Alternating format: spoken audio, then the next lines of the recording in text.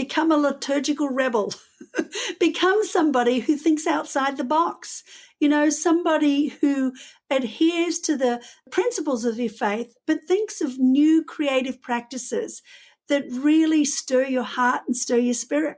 Because I think that we all need those things that fit us personally, that fit the environment in which we live, that fit the family that we're a part of, and that fit the world that we're growingly aware of as well. And so, I call it become a liturgical rebel and follow the guiding of the Holy Spirit.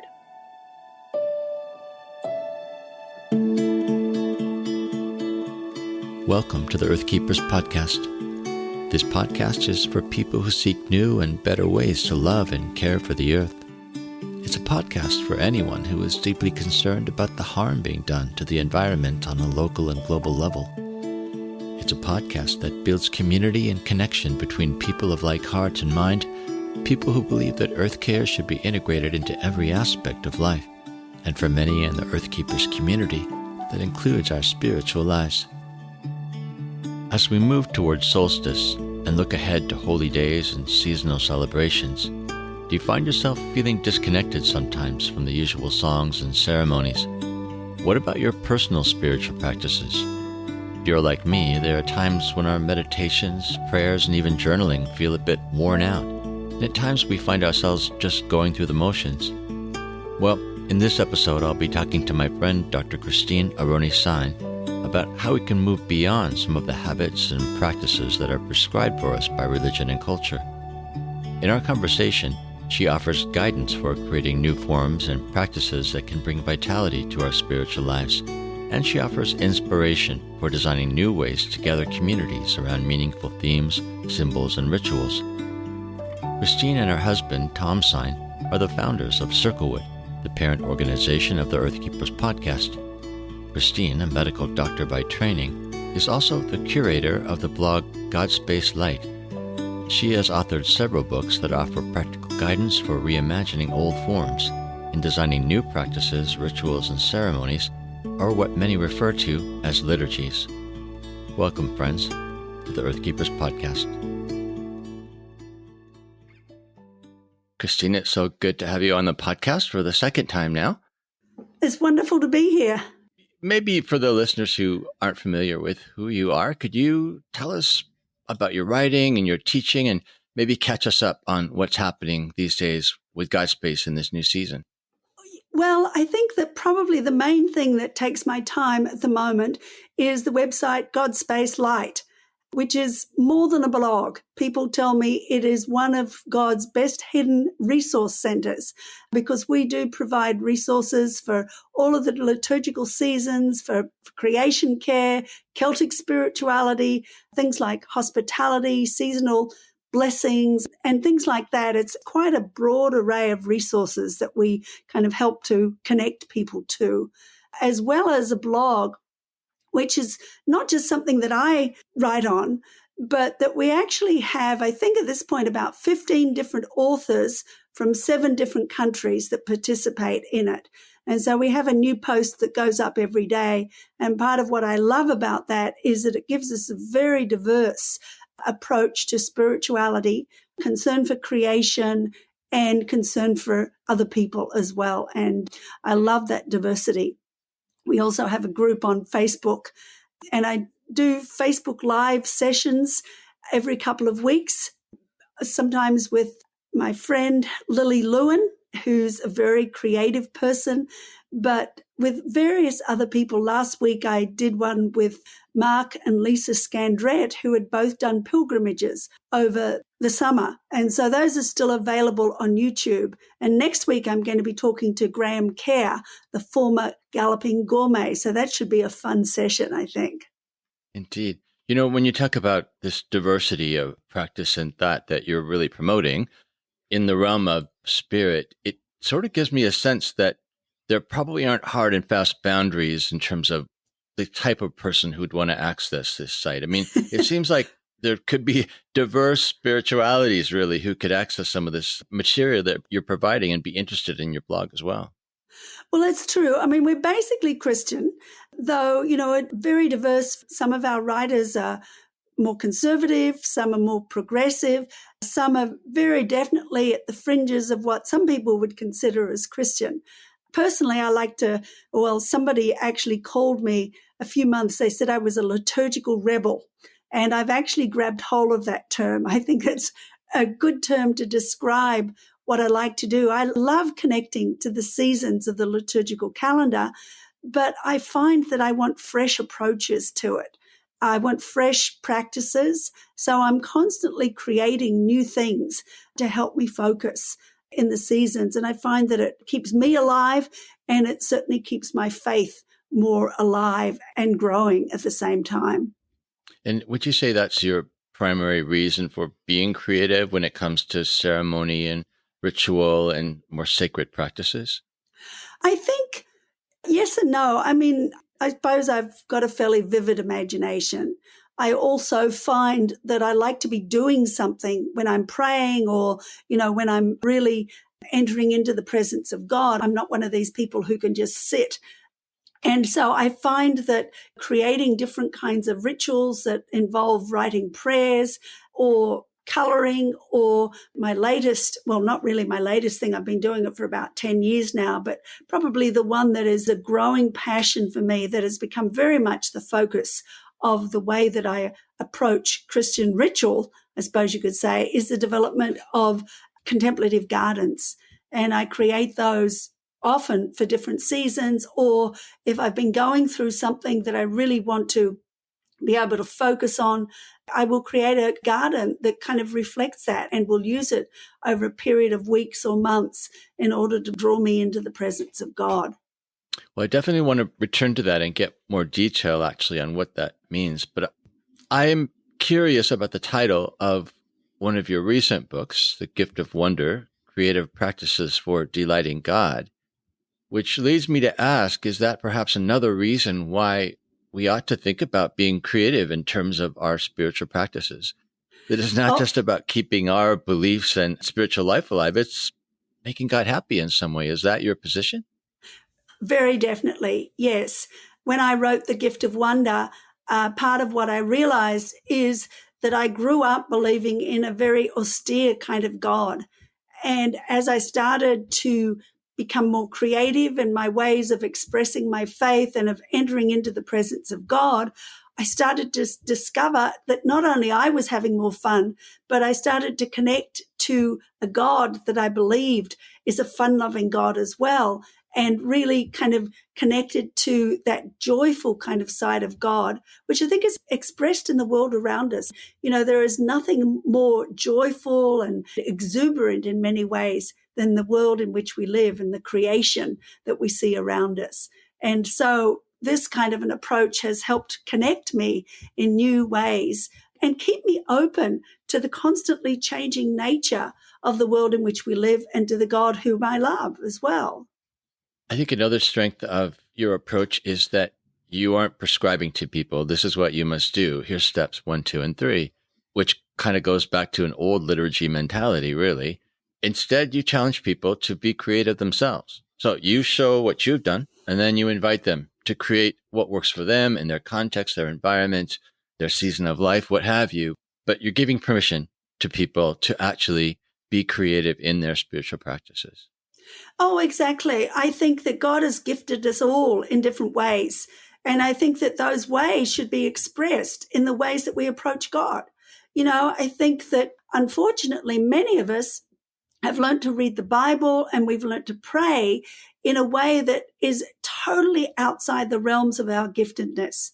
And because of that, it becomes stale, or we turn away from God.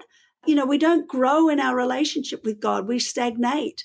And it's only, I think, as we get in touch with our inner self and who God has created us to be and apply that to the ways that we approach God, that we really get close to God. And that's different for every person. I can give people ideas. I can give them a sense of process that it can be helpful to follow, but I can't tell them this is the way you've got to do it. But what I do encourage people to do is to open their imaginations to allow the Holy Spirit to blow through and to give them a sense of what is best for them. and in what ways they might connect to God more closely. I suspect that this is going to be a continuation of what you just said, but I'll point out the fact that you're a gardener as well.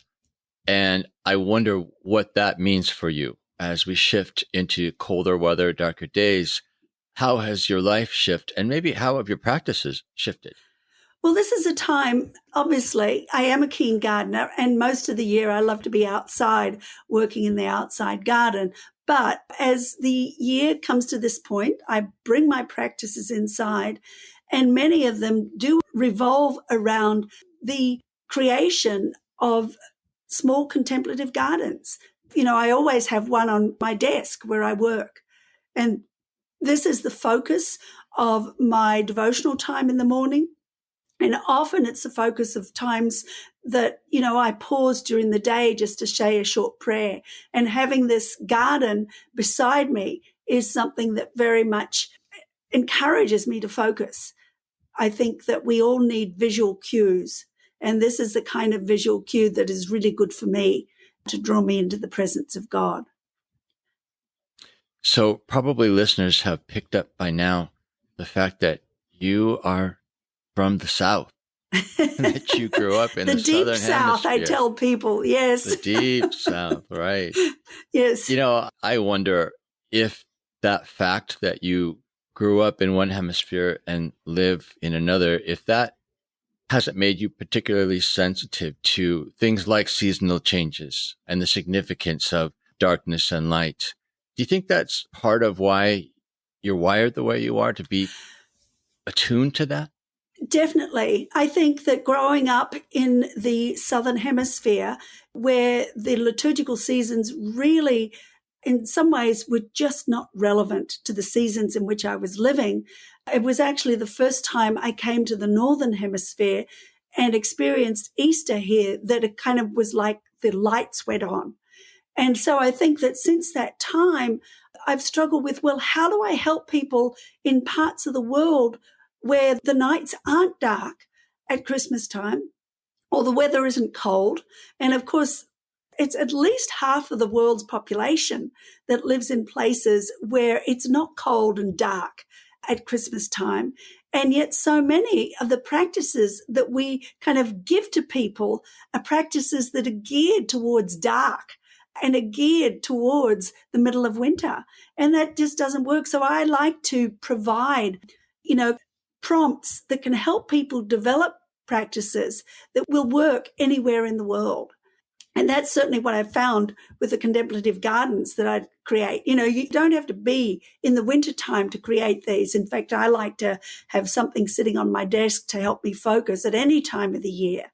And so it's really good to be able to refer these to the season in which I'm living rather to the season in which people say, in a way, I should be living. I remember growing up in the Southern Hemisphere with Christmas carols about on a winter's night and things like that. And it just didn't click. And I think it doesn't click for a lot of people that live in different parts of the world.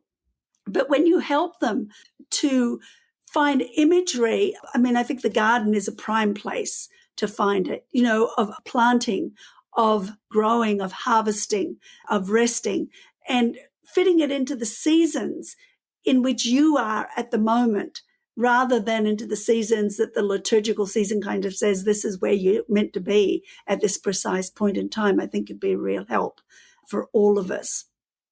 But then there are other things. I think, too, looking at the night sky is another thing. It's different in the Southern Hemisphere than the Northern Hemisphere. And of course, it changes from time to time. And that's something else that I think can be a tremendous prompt for us in terms of our spiritual practices. Absolutely. Well, as we hunker down and shut our gardens down and get our sweaters out, folks in Australia are dancing the springtime in, waiting for sun and flowers. But on that note, why don't we talk about gardens? Let's revisit this idea of the garden that can be brought indoors. Tell us about that, and maybe even help us to think about getting started. If we like this idea, how might we actually begin this practice? Well, I talk about this in my most recent book, Digging Deeper, The Art of Contemplative Gardening, and it's focused on developing these kinds of gardens. And this practice for me began about 10 years ago when I got sick and tired of Advent wreaths and Advent candles as they were presented to me. So I quickly put together a garden instead of a wreath and put the candles into the garden. And I had so much fun, and it drew me so much closer to God that the next year I decided to do it again. And then I found that at the end of the Christmas season, it's like, oh, I'm not sure I want to give this up. But what I did was I didn't just keep using the garden that I had. I started to create another garden. It had some of the elements of the past one in it, and that is often the case, but it was different.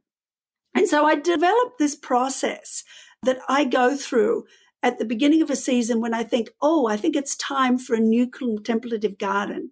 And I start with dreaming. I spend some time imagining what are the elements that I would like to see incorporated in this garden. What would I like it to communicate both to me and maybe to others as well? So that's the first stage. And my second stage is gathering. I believe in using things that I have rather than in things that I might have to go out and buy. So I look for what is an appropriate container that I can use. And Forrest, you'd love to know that my current garden, I'm using the beautiful clamshell that you gave me. And it's also going to be the foundation for the next garden that I do. I'm just starting to work on a new garden at the moment. And so that's the dreaming stage, the gathering stage. One of my favorite times to create gardens for is Advent. And Advent is the time of waiting for the coming of Christ. In most Western traditions, it starts 4 Sundays before Christmas.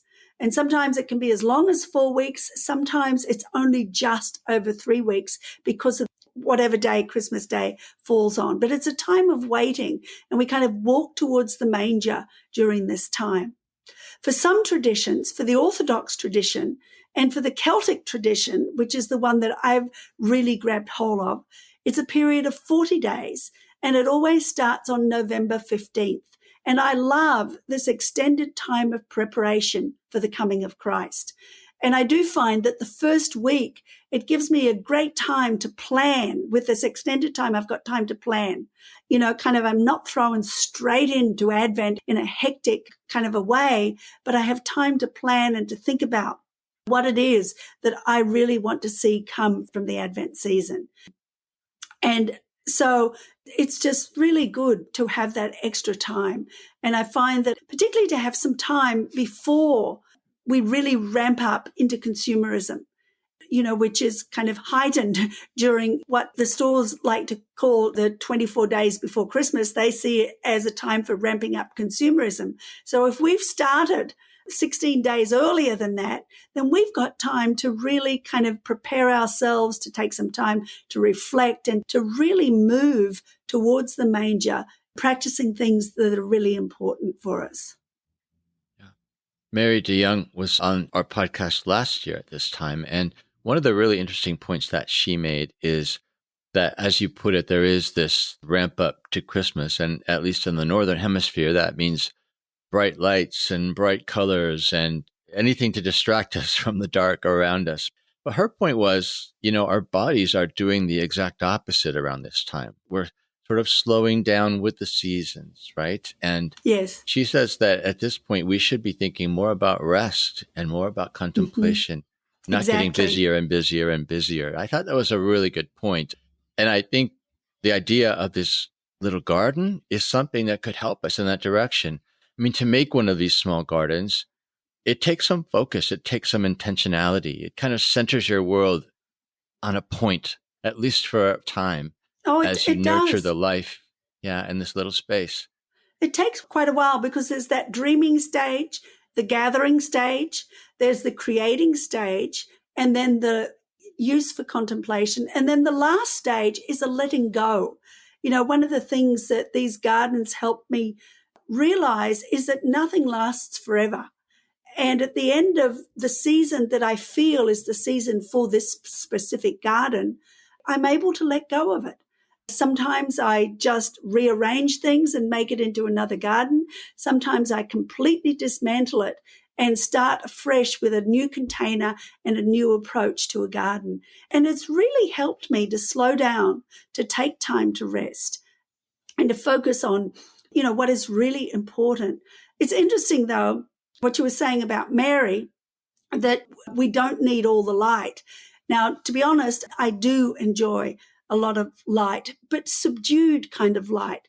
I have a ritual that I use to begin the day with that I think is one that this year I've kind of found really, really enriching. I start in the dark and I recite a little verse or prayer or poem, whatever you want to call it, that I've put together from John 1, verses 4 and 5. And it says, "It is dark, but in you there is always light. Christ is the light of the world, and his life brought light to everyone. His light shines in the darkness, and the darkness will never extinguish it." And I recite that, and then I have what I call a circle of light. I have a circle of candles around where I sit in the morning, and I light those. Now, most of them are battery-operated, remote-controlled candles, but I light them, and then I sit in the middle of that, aware of the fact I turn out all the real lights and I just have these candles lit.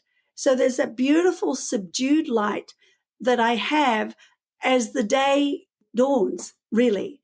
And I love that kind of combination of that light. This is about 7:00 in the morning here at the moment. And then I spend some time in contemplation. And then at the end of this time, I say, when I've finished and I start to turn out my lights, I say, "God, thank you for your light that gives light not just to everyone, but to every part of creation. I thank you that you are present in all things and around all things, shining your light through all things you created." So I've just found it to be a beautiful ritual for me, that helps me accept the darkness, because I have struggled in past years with seasonal affective disorder. And yet I find as I do this kind of a ritual that it really lifts my spirits in a way that, I can't explain to a certain extent, but it has been a very enriching kind of ritual for me that has totally changed my emotional state at this season of the year. Let's talk a little bit more about solstice and what that means for our daily lives, but also perhaps spiritual practices. And maybe even pick up on that idea that I brought up from Mary's conversation that, this is a time to, as you put it, embrace the darkness, to Yes. walk into it boldly, not to fear it, not to frenetically try to distract yourself from it.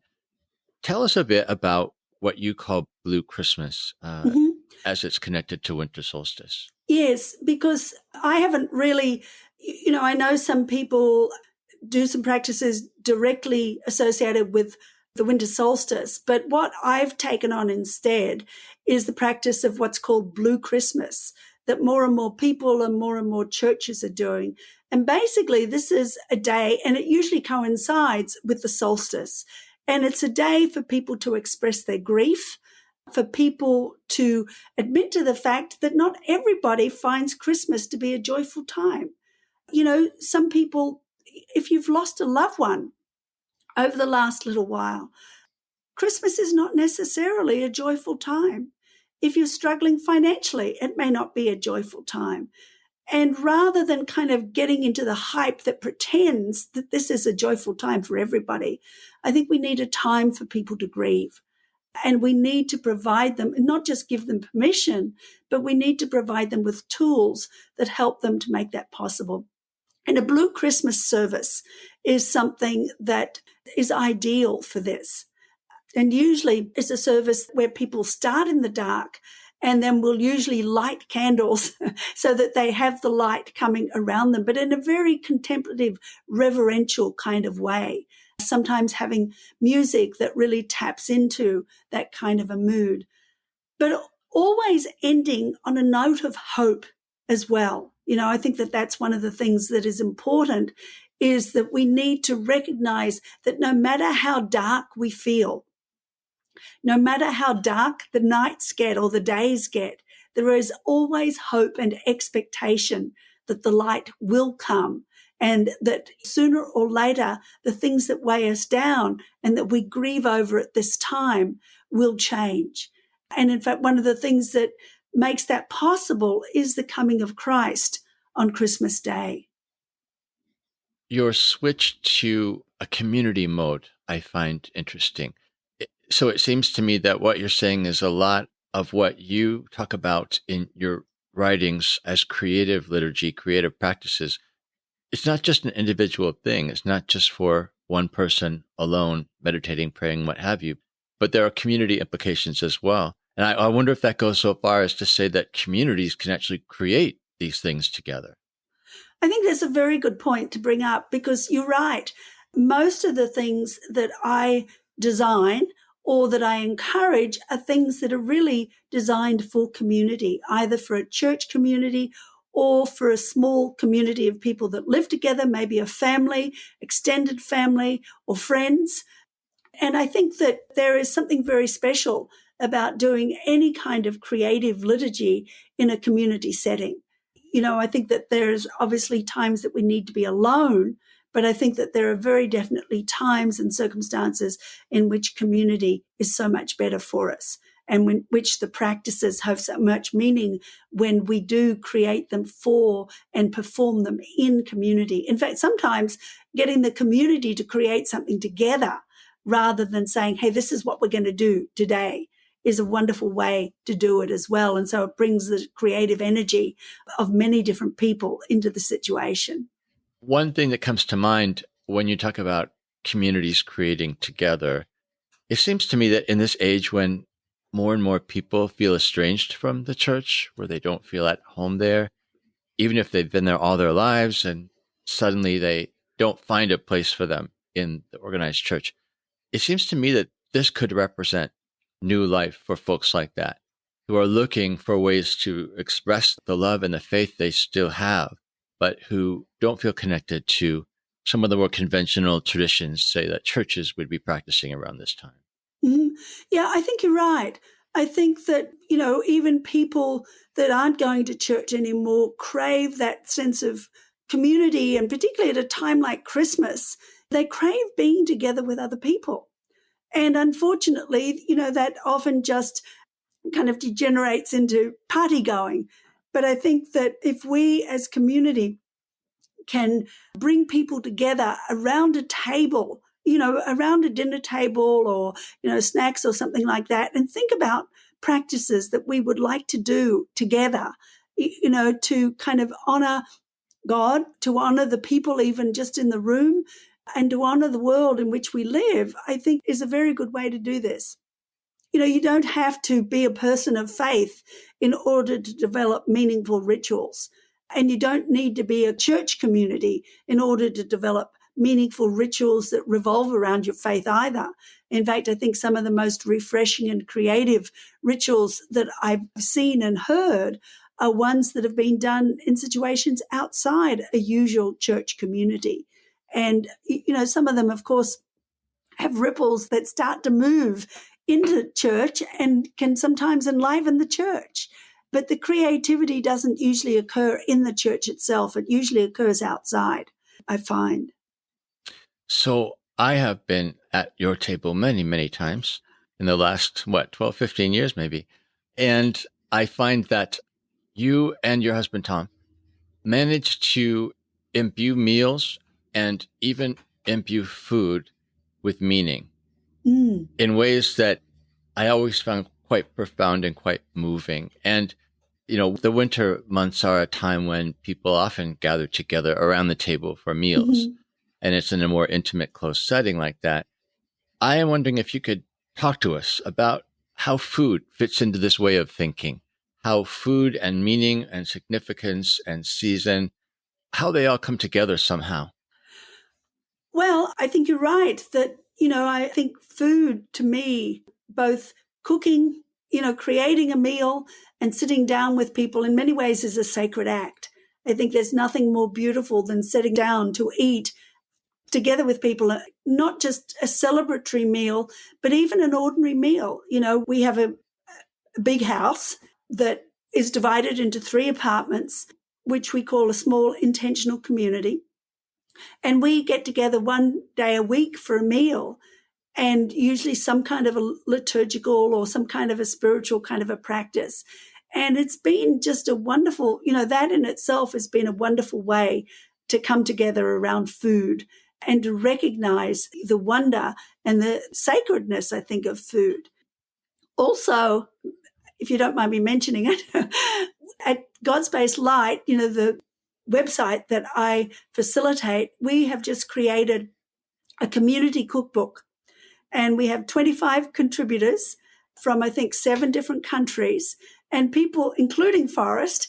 And people didn't just contribute recipes, they contributed stories that talked about where the recipe came from and the meaning that it had for them. And, I think just reading the book for the stories, it was so touching as I was putting it together to read these stories and to have this sense. In a way, our good friend Graham Kerr said this. He said it was as though we were sitting down together at a huge table to eat as he read through some of these stories.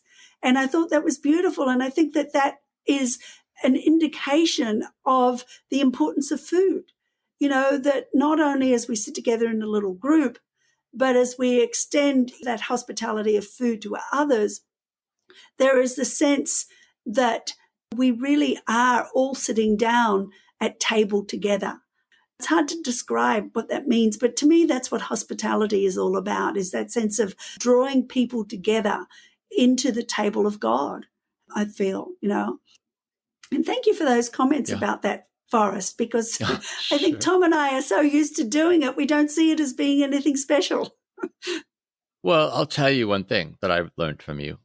There are some meals when we sit down and you just, as a matter of fact, talk about how much of it was actually grown on your land, right? And you point out this and that, and then, but the olives are not from our garden, right? So, but the point of all that is we realize that we're eating the end of a story in a way, right? You planted these things months before, you tended them all summer long, bear the mark of your cultivation, and then they end up on the table as a gift to us. And you always make us aware of where the food has come from. And if it's not from you, it's from the guests who have brought stuff that is special to them most often, yes, which is, of course, the case with us. So I do think that, for you, probably it's become like breathing, but I don't think everyone has that sense of intentionality about food, growing, preparation, serving. So I think it is very significant. And certainly has affected my life and my daughter's life. Oh, that's lovely to hear. Well, and to me, there's nothing more delightful than being able to serve up a meal, a great portion of which has been grown in our garden. And I think that part of what we've lost, because so much of our food comes from supermarkets these days, is that delight of walking through the whole process, the delight of growing, the delight of harvesting, and the delight of eating together. And interestingly, putting on my medical hat for one brief moment, from what I have read, our bodies produce all kinds of substances that really, like when we harvest things, even when we look at things anticipating that we're going to be harvesting them, our bodies start producing hormones that delight, hormones of delight, you could say, because we're harvesting. And I think the same when we're cooking, there are kind of changes go on in our bodies that say, this is a delight, and that's part of how God has created us, to delight in these things, to delight in the whole process as well. And it's part of what I think is really beautiful. Yeah. And I will also note that you often tie meals to some of these other practices. I'm thinking in particular of a night where we started with dinner and we ended painting stones, right? Painting stones with different designs and such. And it was just, I loved the flow of that evening, from community into almost more of a ritual as we painted our rocks. But you often do that. You often have liturgy involved before and after. And Yeah. Yes. Well, we did one just a couple of weeks ago where we had pizza and, one person had made the dough, the pastry dough, and then everybody brought different kinds of toppings. And so we then quickly had to cook them in the oven. And then afterwards we sat round and we painted gratitude pumpkins. And, there were 3 kids, not just adults, and everybody had an absolute ball. It was just a wonderful, delightful evening of both eating and enjoying each other. And I love those kinds of opportunities to express more than just having a meal together. And I love the way that term gratitude pumpkin just rolls off your tongue as if everyone knows what the heck you're talking about, right? Yes, that's true. I mean, and considering I hadn't heard of such a thing until a year or so ago, I should explain. I mean, basically, we just get small pumpkins, we paint them, and then write words of gratitude on the pumpkins. Or, can design the pumpkin around something that we're grateful for. And so it was just a very fun evening where people drew patterns and wrote words of gratitude on the pumpkins. It was really fun. The kids did it too. I'm sure that people are wanting to know more about this. Some people wanting perhaps to have more ideas about what this creative spirituality looks like, and maybe also some inspiration to create some of their own traditions, habits, practices. What is the best way for them to connect to your work? Well, I think the book, The Gift of Wonder, is a very good one in terms of creative approaches. If people are interested in the gardens more specifically, then digging deeper, the art of contemplative gardening, or people might just like to go to the website, godspacelight.com, and browse through some of the creative spirituality examples on the blog. That's also a way that they can connect and sign up for the newsletter and get more kind of access, I suppose you could say, to creative ideas, not just of mine, but of the many other creative people that contribute to the God Space Light blog. When you were speaking about lament and there needing to be space for lament, honestly, the first thing that came to mind was the sort of hidden lament I often feel about climate change and climate emergencies that we're hearing more about. So I'm just wondering, is there a way that this connects to that? I mean, is there a way that creation care, our posture towards the community of creation, is connected to this creativity of practice that you're advocating for? Oh, very much. I mean, I feel that grief for creation and what we've been doing to it, is constant in me. It's something that is, I think, one of the reasons that my contemplative gardens are so valuable to me is because it's a kind of a sign of hope. One of the other things that I do at this season is I always plant some narcissus bulbs that hopefully will flower at Christmas time. And again, it's that sense of hope in the midst of despair, because I do feel a constant sense of grief. And so, what I'm looking for is that sense of hope that I can combine with it. Because even though it's right to grieve, we need to find the hope, and we need to find also the little bits of hope that maybe we can grab onto and do something to change our own behavior. I was delighted. I was in the nursery, the plant nursery the other day, and one of the attendants, they were looking at the seeds that they had available, and they had different kinds of grass seed, but they also had some of the no-mow lawn kinds of seeds there. And I heard one of them say to the other one, he said, "We've got to get more of this next year because more people are doing away with their lawns." And I thought, hallelujah. People are recognizing that, lawn is not the most beautiful thing that we can have in our backyards. That gardens and that having plants that attract wildlife, that don't need to be mowed, that don't need artificial chemicals to keep them growing and things like this can be a much better way to go than the way that we've tended to go in the past. And so it was just a real kind of sense of hope that I had, that people are changing slowly. Now, unfortunately, I think it's too slowly. And I think we need to see an exponential rate of change. But, there are signs of hope. And one of the things, Forrest, that I really appreciate about this podcast is that you guys are constantly sharing signs of hope. And we need those because otherwise we can despair all the time, I think, because there is so much that is going in the wrong direction in terms of the climate that we need the signs of hope and we need to grab hold of them and think, can I do something like this? So I appreciate what you guys do from that perspective. So I'm wondering, as we wind down this conversation, is there one thing you'd want to say to people as we enter the next season, depending on which hemisphere we're in?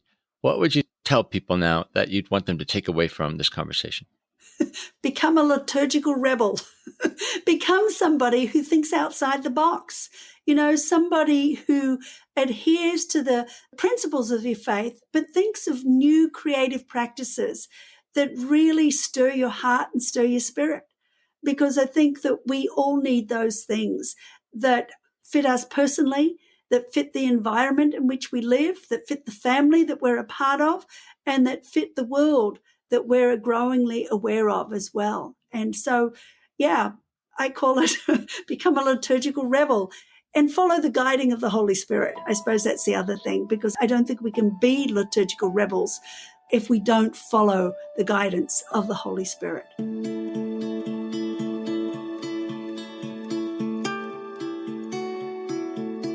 We've been in conversation with author and blogger Christine Aroney Sine. If you want to learn more about her work and writing, you'll find helpful links on the podcast webpage, or you can go to her website called GodSpaceLight, all one word, .com. By way of reminder, I'll be doing a special Q&A episode with my occasional co-host James when we transition to Season 4. So if you want to comment on any of the episodes of the past year or have any questions you might want to ask, use the voice message function on the podcast webpage or send us an email at earthkeepers@circlewood.online. We'll also be talking about some exciting changes to the podcast, so if you have any suggestions about how we might better serve podcast listeners, please let us know. Again, either by voicemail on the podcast website or by email at earthkeepers@circlewood.online. I'm Forrest Inslee, your podcast host. Our executive producer is James Amadon. Our producer is Dave Wolfers. Forrest Reed is the creator of our original music, and Timothy Connor is our podcast editor. Our research assistant is Alex Meggerly, and Jesselyn Gentry is our social media director. Thank you, friends, for listening, and please join us for our next conversation on the Earthkeepers podcast.